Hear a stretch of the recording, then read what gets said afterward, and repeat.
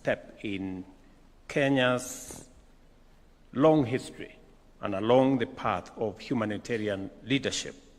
And as we advance our capacity to deliver effective, responsive, and durable solutions to give relief and protect the dignity of refugees and asylum seekers. Kenya is a generous and hospitable society.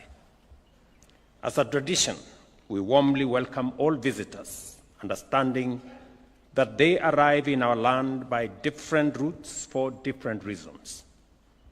Solidarity with people fleeing their threats to life and freedom is a long-standing tradition that aligns with our society's obligation to receive all people with consideration and empathy. It is not a coincidence, therefore, that our nation hosts more than 800,000 forcibly displaced persons, mostly from East and the Horn of Africa and the Great Lakes region. Even as we observe with concern that global displacement of persons is approaching unprecedented levels, we also clearly appreciate that traditional humanitarian-only approaches are no longer sufficient. Crises have become more acute, protracted, complex, and dynamic. Resources, on the other hand, have declined, and the possibility of resettlement remains elusive. Under these challenging conditions, we must adopt a development-oriented model anchored in sustainability, inclusion, and resilience in order to continue to uphold the safety and dignity of displaced persons and to make them in some way to feel at home. Accordingly, the Shirika plan is our bold, homegrown solution which amplifies the African Union's call for African solutions not only to Africa's problems, but also global challenges as well. As was said here ably by the Minister and by the Deputy President, we can confidently say this is a Kenyan invention. We have been a host country for 30+ years, and in the 30 years, we've come to understand this challenge in a better way. We've come to appreciate refugees better, and we have come to understand that the problem is not the refugee, the problem could be elsewhere. And therefore, this became acutely clear to me in 2016, I think, when I went to Kakuma for a development tour, then as Deputy President. And in the process of the meeting, and I was with the Member of Parliament, I think that time, Daniel Nanok. In the process of the meeting, there was a presentation by one of the students from the local school. And in the presentation, this pupil was asking me as Deputy President whether I could facilitate them to be a refugee. And the reason is that the school in the refugee camp was better than the school that this pupil was attending. And it came to me as a sharp realization that there was a problem. And it is then that we began as Government of Kenya to rethink the relationship between refugees and the host communities. Because of the difference in terms of access to health, access to education, access to social services, the stark difference between the host communities and the refugees, there was an emerging tension between the host communities and the refugees. And therefore, it became necessary for us to rethink the way the host communities were relating to the refugees, and the need to harmonize that relationship by harmonizing the conditions that the refugees lived in with the conditions that the host communities were experiencing. And this plan is a response by the government of Kenya on how we can translate refugees and the host community's relationship into a win-win relationship, a one that benefits the host community and recognizes the host community's solidarity with the refugees, the host community's sharing of their space with the refugees, but also working in a manner that the social and other facilities that were available to the refugees also should be made available to the host communities. The plan's strategy to transform refugee camps into integrated settlements gives inclusion a new expression by promoting the creation of opportunity in a manner that intentionally benefits refugees and host communities in the same way. In so doing, it recognizes the indispensable role of host communities, a number of which have provided exemplary compassion, patiently and generously extended hospitality for over 35 years, and this plan therefore places the host communities at the heart of this refugee plan. Because minus the host communities, it becomes realistically impossible for us as a government to discharge our international obligation to refugees. This plan also sets out the government's strategy to guide reform to policy and regulatory frameworks, including the Refugee Act of 2021, the adoption of the Comprehensive Refugee Response Framework, the inclusion of refugees in county development plans, and their integration into public education, healthcare, and financial systems.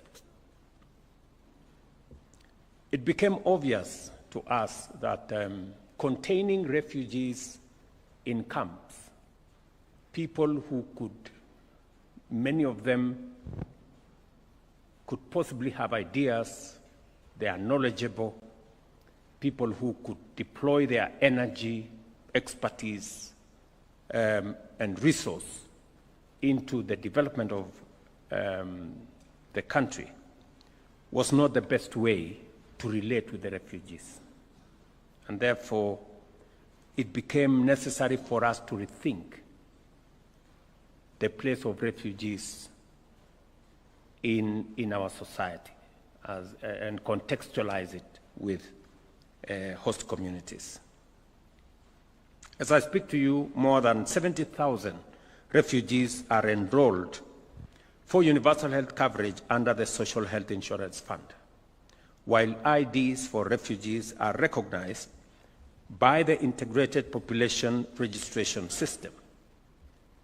Partnerships such as International Finance Corporation, Kenya Commercial Bank, and Swedish International Development Agency guarantees funds are catalyzed their financial inclusion and engagement in entrepreneurship and job creation.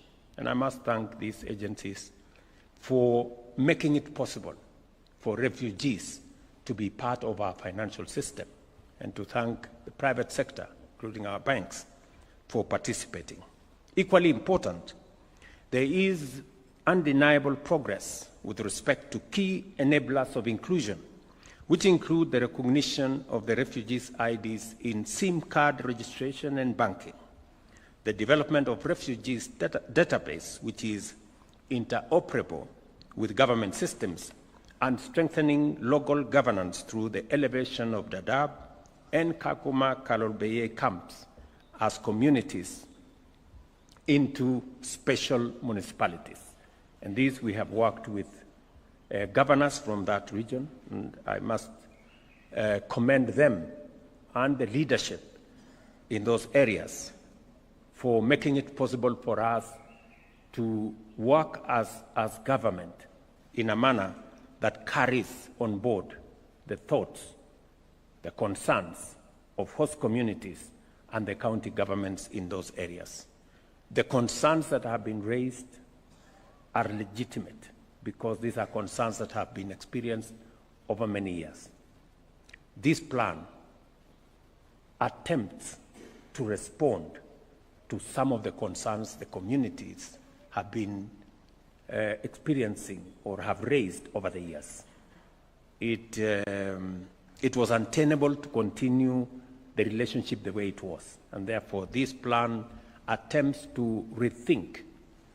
And we think this plan is not just a Kenyan invention. Once we roll out with the support of all the partners that have been working with us, including the international community, and I'm very happy Filippo is here to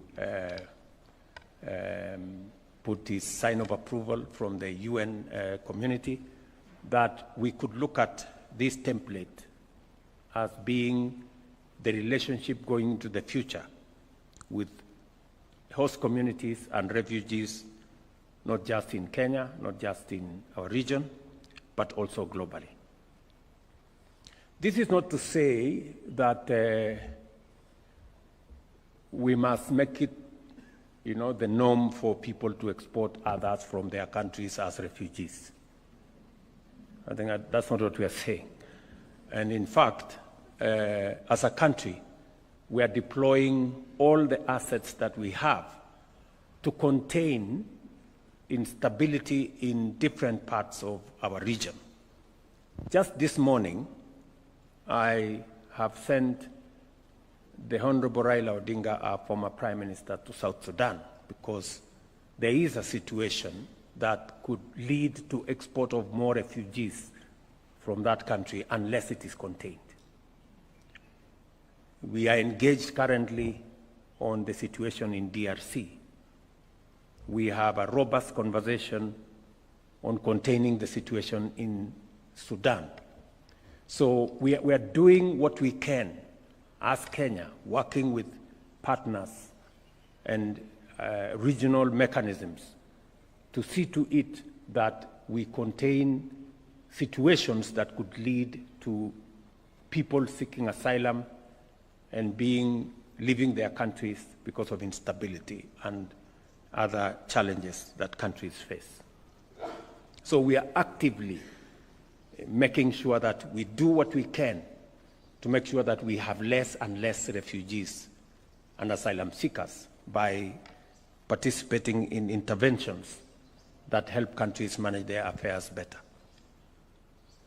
I must also say that as champion of the Africa Union reform, of our Africa Union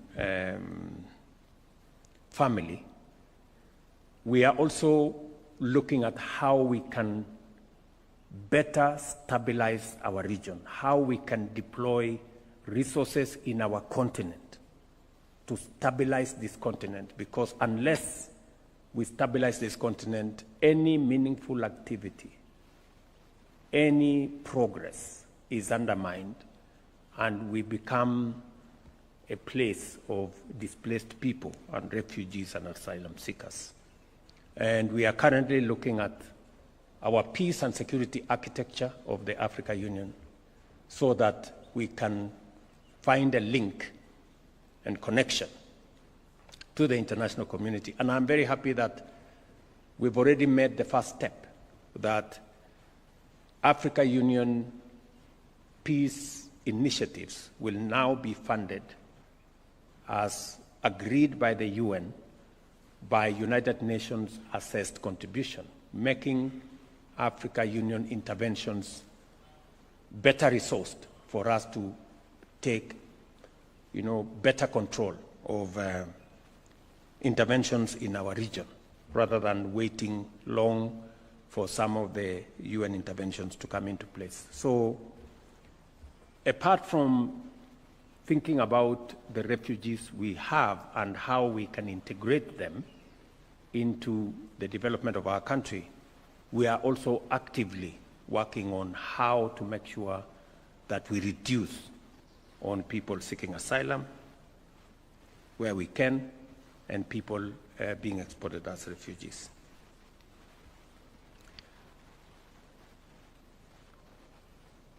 As you can see, we are neither short of ideas, commitment, or willingness to do the work needed to actualize this critical vision.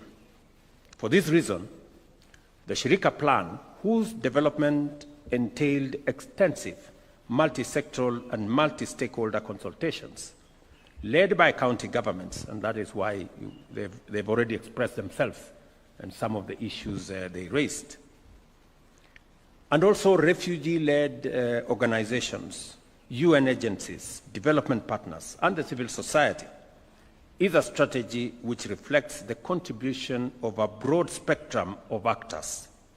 It clearly and boldly reflects our commitment to the Global Compact on Refugees, as well as the constitutional mandate to observe and implement measures that not only fulfill but also expand inclusion, equity, equality, social justice, non-discrimination, and access to equal opportunity in our shared prosperity.